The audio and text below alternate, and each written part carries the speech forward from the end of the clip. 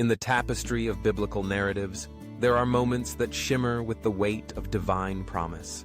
Moments that speak of hope and fulfillment against the backdrop of human frailty. The birth of Isaac, as recounted in Genesis chapter 21, verses 1 to 7, stands as a poignant testament to the faithfulness of God, encapsulating the essence of Abraham's journey and the deep yearnings of Sarah's heart. It is a story that unfolds with a quiet power, resonating with themes of resurrection and renewal, and it invites us to reflect on the significance of this miraculous event, not just in the lives of its primary characters, but in the overarching narrative of faith. Before we continue, just a reminder to like this video, subscribe to our channel, and hit that notification bell. By doing so, you'll stay connected and up to date with future content. Now let's continue delving into Genesis chapter 21, verses 1 to 7, and the message God has in store for us. As the verses unfold, they present the moment of Isaac's birth with an understated grace. God's promise, long awaited and seemingly impossible, finally comes to fruition. Sarah, once a woman marked by barrenness and despair, finds herself cradling the child of promise. The narrative emphasizes Sarah's experience, highlighting her transformation from a figure of laughter born from doubt to one of joy and fulfillment. The focus on Sarah rather than Abraham is significant. It speaks to her personal journey and the societal weight she bore as a woman in a patriarchal context.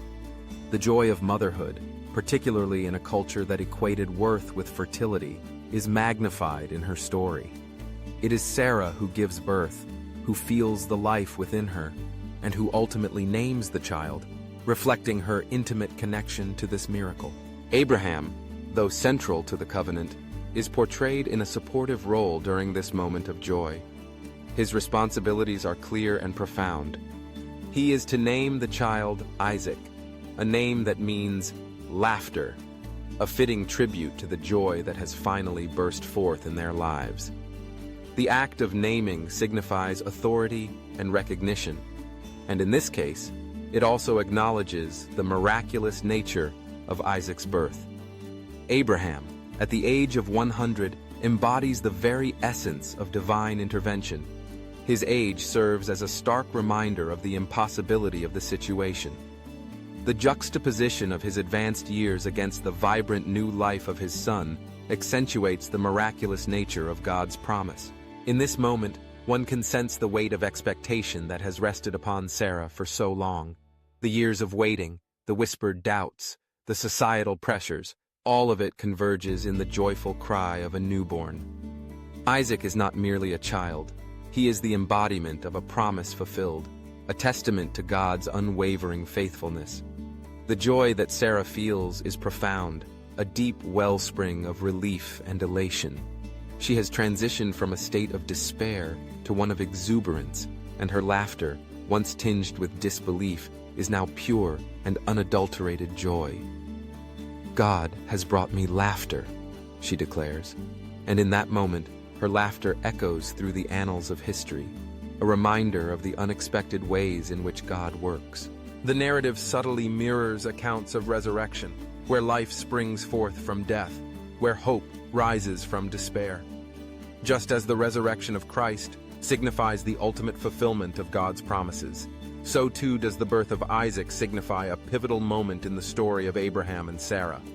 It illustrates that God's timing is often different from our own, and that what may seem impossible in human eyes is entirely within his capability. The birth of Isaac is not just a personal miracle. It is a cosmic declaration of God's sovereignty over life and death, a reminder that he is the orchestrator of all creation. As we reflect on the joy shared by Abraham and Sarah, it becomes clear that this moment is not merely about the birth of a child, but about the culmination of years of faith, doubt, and ultimately, belief. It is a celebration of God's faithfulness, a moment where the divine intersects with the human experience in a way that transforms lives. Abraham's role in this joyous event is crucial. He is not only a participant, but a steward of the promise. His act of circumcising Isaac on the 8th day is an acknowledgement of the covenant established between God and Abraham, a sign that this child is set apart for a divine purpose. The birth of Isaac encapsulates the essence of waiting for God's promises to unfold. It speaks to the heart of patience and faith, reminding us that the journey may be long and fraught with challenges, but the destination is worth every moment of waiting.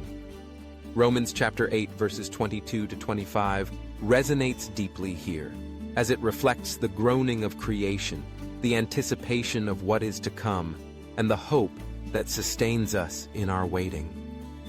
Like Sarah and Abraham, we too are called to trust in the promises of God, to lean into the tension of expectation, and to find joy in the waiting. In a world that often demands immediate gratification, the story of Isaac's birth serves as a powerful reminder of the beauty of patience. It teaches us that while we may not always see the fulfillment of our desires in the time we wish, God is at work behind the scenes, weaving together the threads of our lives in ways we cannot yet understand. The miraculous birth of Isaac stands as a beacon of hope, a testament to the truth that God exceeds our expectations and fulfills His promises in His perfect timing. In the end, the laughter of Sarah and the joy of Abraham are not just personal victories, they are the echoes of a divine promise that reverberates through time. Their story invites us to embrace the fullness of our own journeys, to hold fast to hope, and to trust in the God who is faithful to fulfill every promise.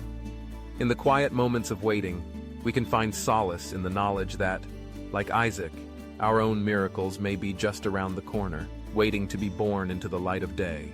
If this message resonates with you, take a moment to praise our Lord. Type, "Glory to Yahweh," in the comments as a declaration of praise and glory to our Father for His infinite love, mercy, and patience for us.